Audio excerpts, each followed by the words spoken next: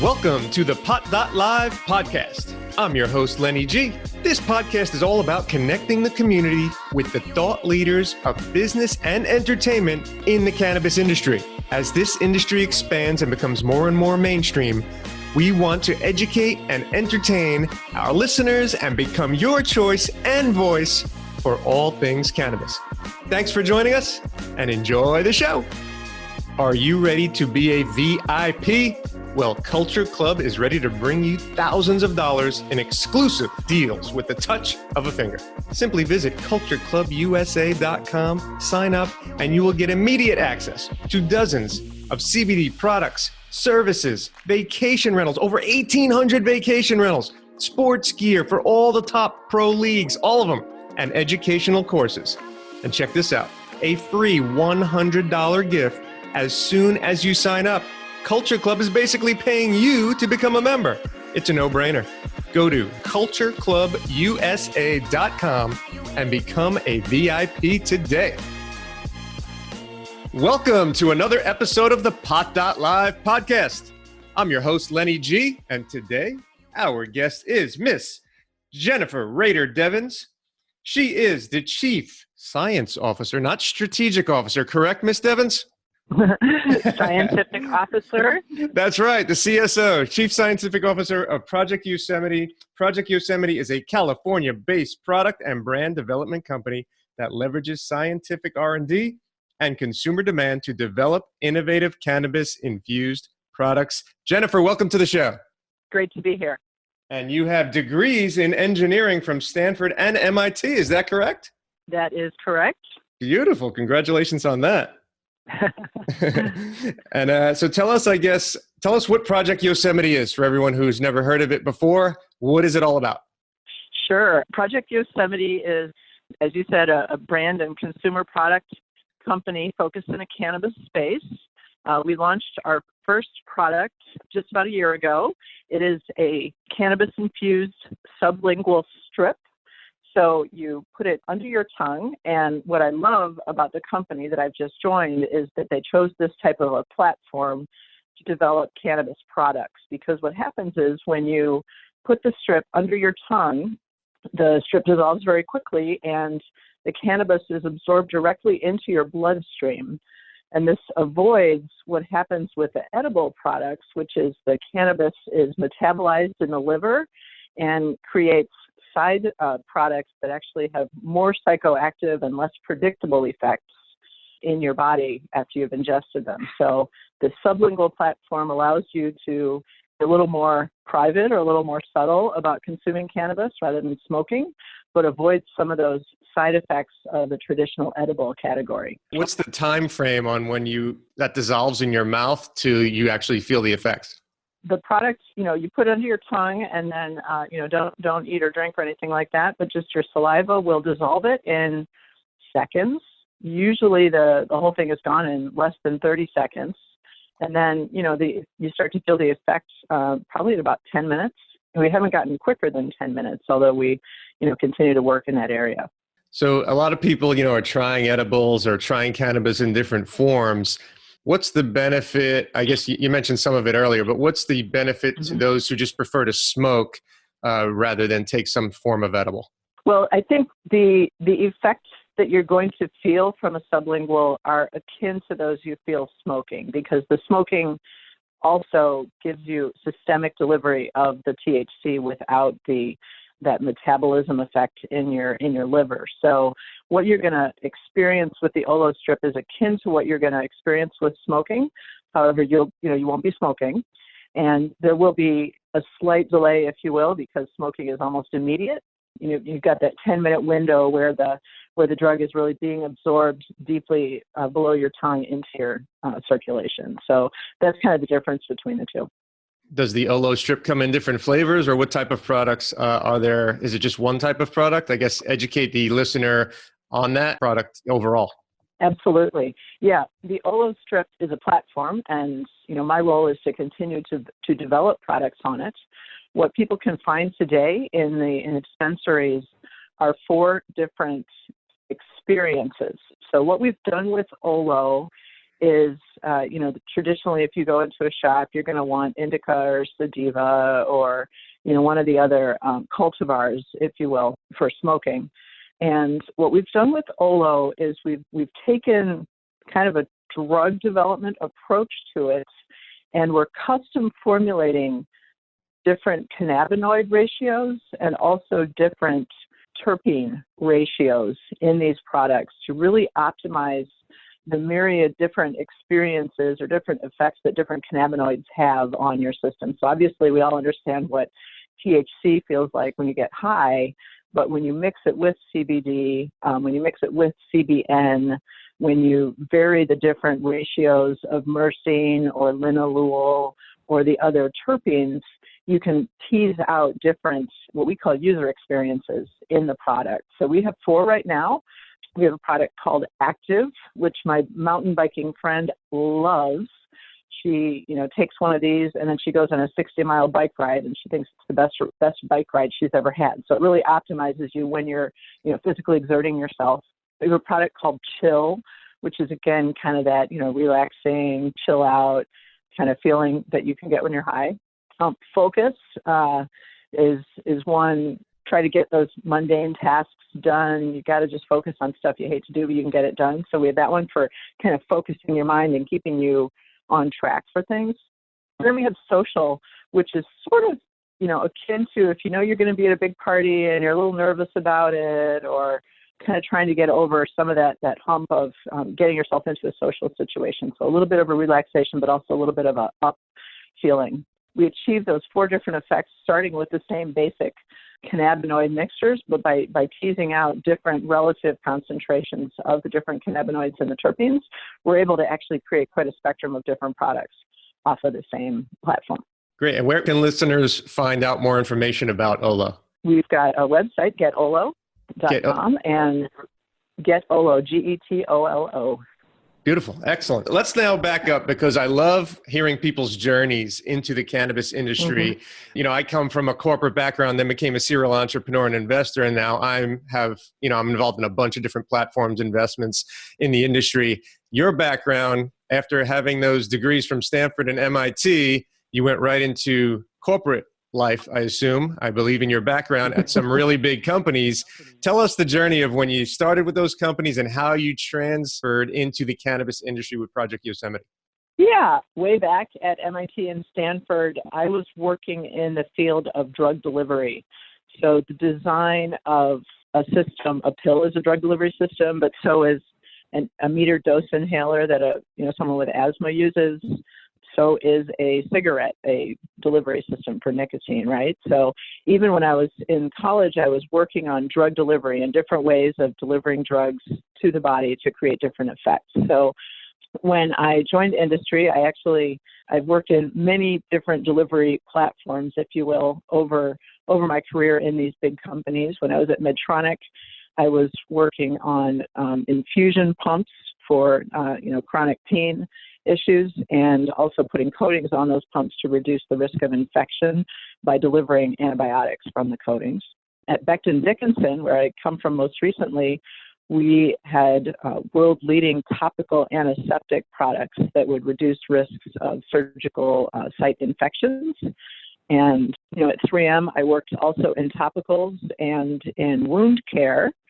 But then I spent some time in a business at 3M called Drug Delivery Systems, where we custom develop transdermal and inhalation drug delivery systems for pharmaceutical companies. So my knowledge is not to date so much in the drug side of things, but in the how you get the drug where you want it to be, when you want it to be there. And that's kind of what I bring to this, cannabis area is, again, right now, when you walk into a dispensary, you've got, the standard flower, if you will, and, vape pens and things like that for inhalation delivery. We've got creams and ointments that, hopefully are creating some effect for people, but I think that those could be improved on. And with my transdermal background, I think I could help in that area. And then you've got that whole area of edibles. And as I said, the challenge with edibles is right now onset time is very late. So people tend to, redose because they don't feel an effect, and then they've got twice the effect that they expected later.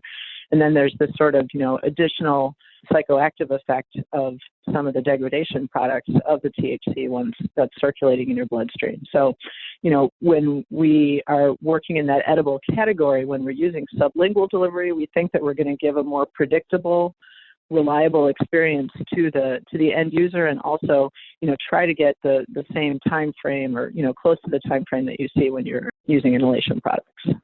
How did you find out about Project Yosemite? And tell us what a chief scientific officer's job actually entails.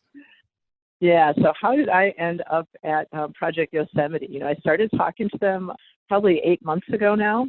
And, the first question was, Jennifer, do you want to join the cannabis industry, given where you have been in your career? And, I think the pharmaceutical and the medtech industries are great places to, impact people's lives at a very large scale and all of that. But I've been, I had some pretty good successes, and I think I was looking for a new challenge. And, as I said, I sort of understand the delivery system side of things.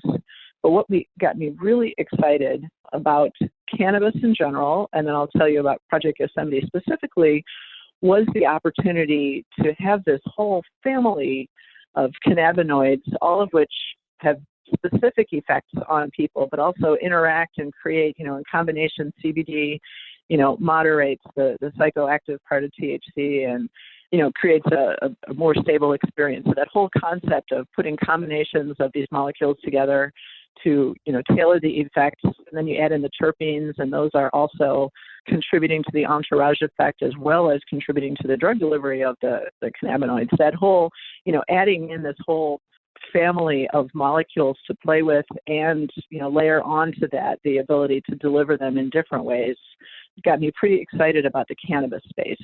And then, as I said, in talking to Project Yosemite, there's a lot of companies out there that, in the cannabis space who are, let's get our product out. We're going to label it indica. We're going to label it sativa, and we're going to, I would say, brand the hell out of it and, get it on the market. And, my company is definitely committed to the customer side of things. But what got me excited was these Ollo products that we're talking about that we launched. We partnered with neuropharmacologists and developed clinical studies, if you will, to test the effects of these products before we put them on the market. So, if you talk to people that are very knowledgeable in the space, they'll tell you, oh, if you put, an extra milligram of CBD and maybe some CBN in this product, you're going to have X effect. A lot of people, take that knowledge, put it into a product, and put it on the shelf with, Y grams of THC, X grams of CBD, a milligram of CBN, and they just, label it with some word like bliss or cloud. We actually went to the effort to develop our products and then test them and demonstrate we have the data on file that these products do create the effects I described to you. So, there's a real commitment at Project Yosemite to having data-driven product development, still aligned with what customers are looking for, but we're taking that extra step of really, testing the products before we put them out on the market. So that got me really excited because there's a scientific component to that, not just if this is on the label, you can assume you're going to get this effect. Yeah, that's important because there's so many people, just jumping into the industry who have never tried any type of cannabis product before, and they don't know what to trust. So when you do have that data and that analytics behind you, you can build trust with the consumer market a lot quicker than just, Joe's THC brand or Joe's CBD brand, whatever it may be that's out there, and people really don't know what's in it. So that's a good segue. Tell me about your overall feelings on the benefits of federal legalization and having the ability for agencies to actually regulate these products that are on the shelves, as opposed to a lot of people not having a clue what's in them.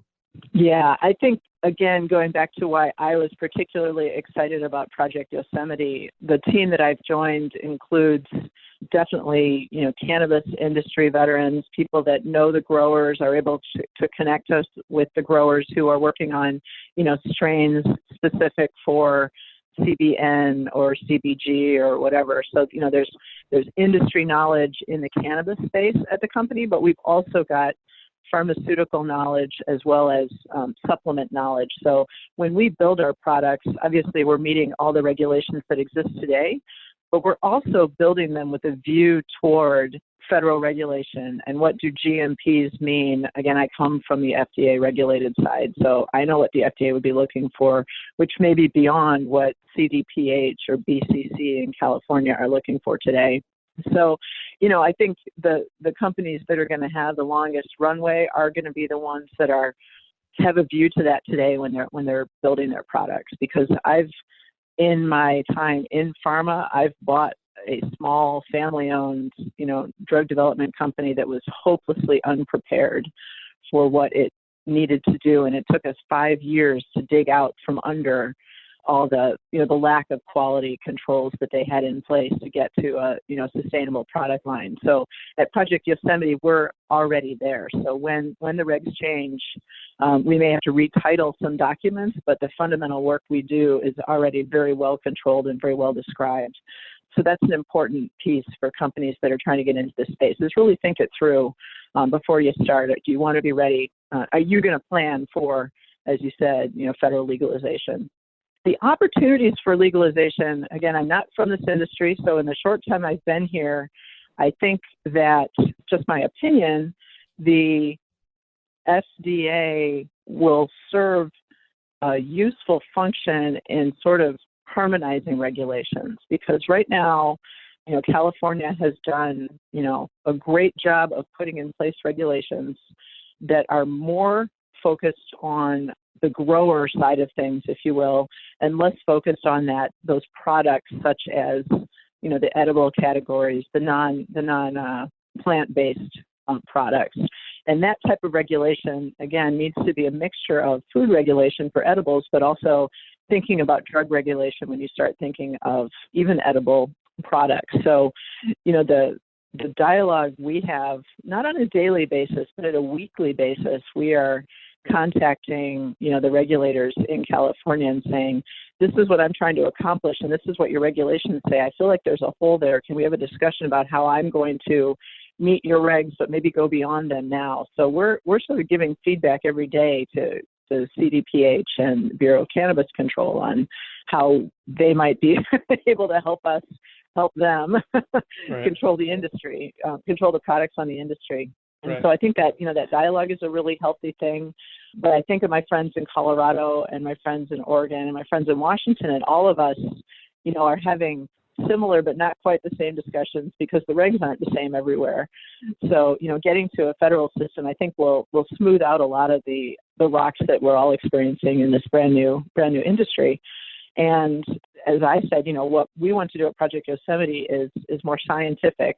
And I use the word clinical study with you. We need to be really careful that a clinical trial in cannabis right now means something you would think of more like consumer research. There are not CROs that are writing clinical protocols that we're submitting to the FDA for review prior to initiation.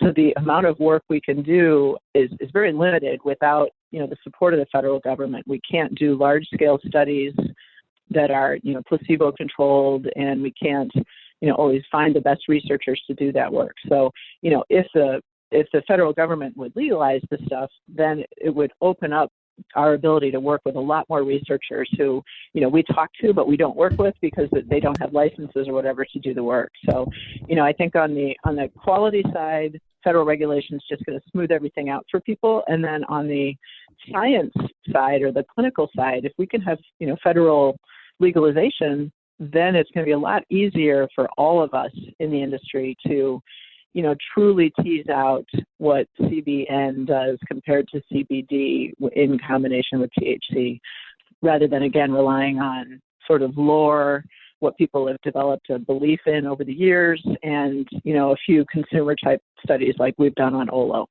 Yeah, that legalization you speak about, obviously, federally lends itself to the word consistency, right? Because every state, there's no consistency in the rules like you just described, and there's no consistency in the product. So that's once again, another perfect segue to another question. So with the OLO strips, explain to people how you make each strip consistent, where, some people say, I get a bag of gummies, I don't know if one gummy has this in it and the next gummy doesn't, that's right next to it. How do you make sure that the consistency is there with your OLO strips?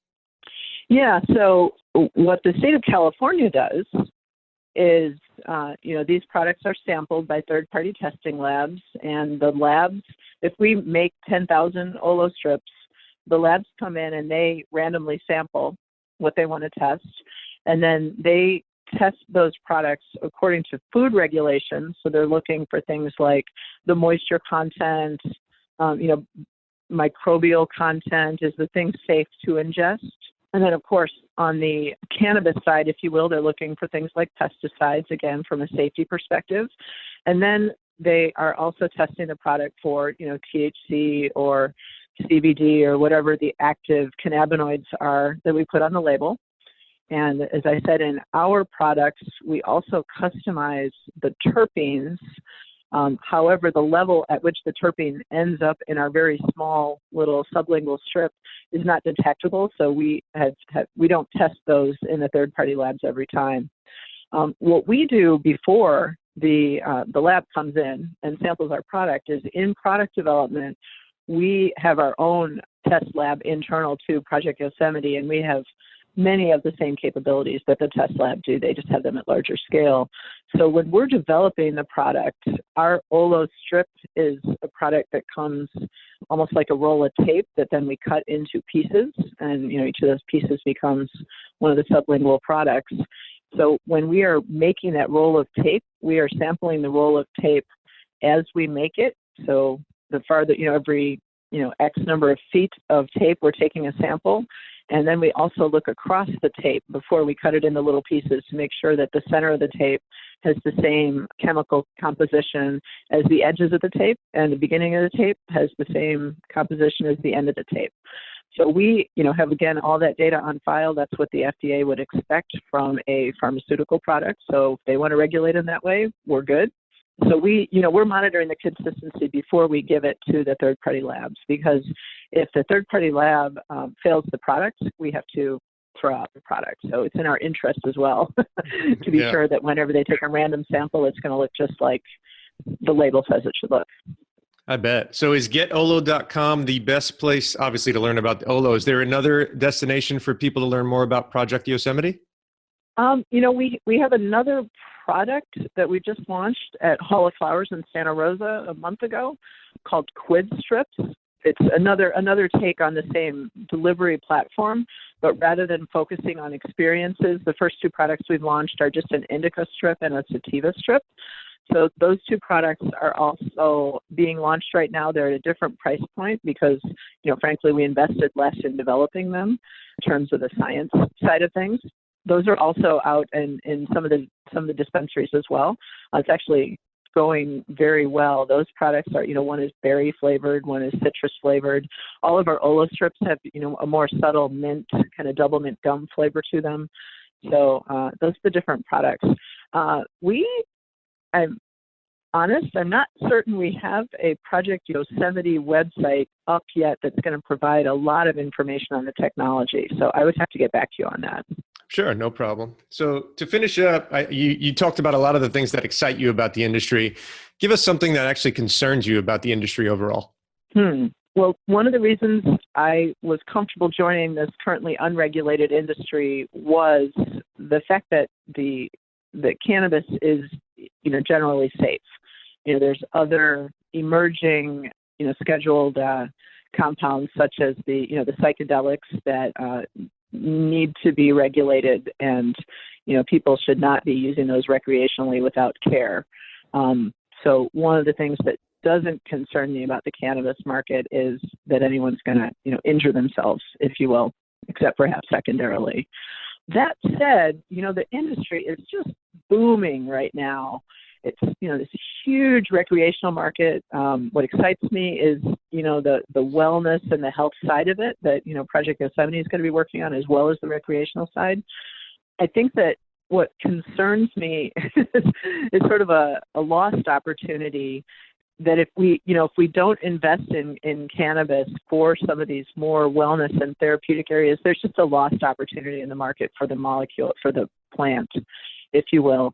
And I hope that companies continue to invest in products that go beyond just the so-called recreational experiences. Because, if you look at the, Sativex and those approved cannabinoid drugs, it's clear that these, the plant-based products can really change people's lives from a health and wellness perspective, as well as from a recreational perspective. So concern, no. Hope, yes.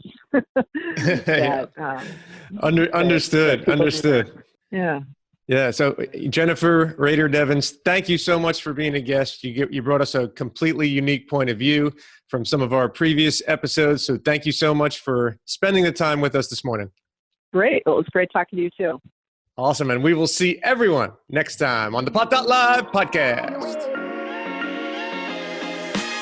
If you are into the recreational side of the cannabis industry, yes, stoners, I'm talking to you, then thepot.com is the online and mobile destination for you. That's right, THEPOT.com, thepot.com. Where else can you find the exclusive Pot Mate of the Month? Take a pot quiz and win prizes. Scroll through hilarious memes and jokes and check out the latest podcasts, news, and trends, all while having your own profile and voice in the pot.com forum.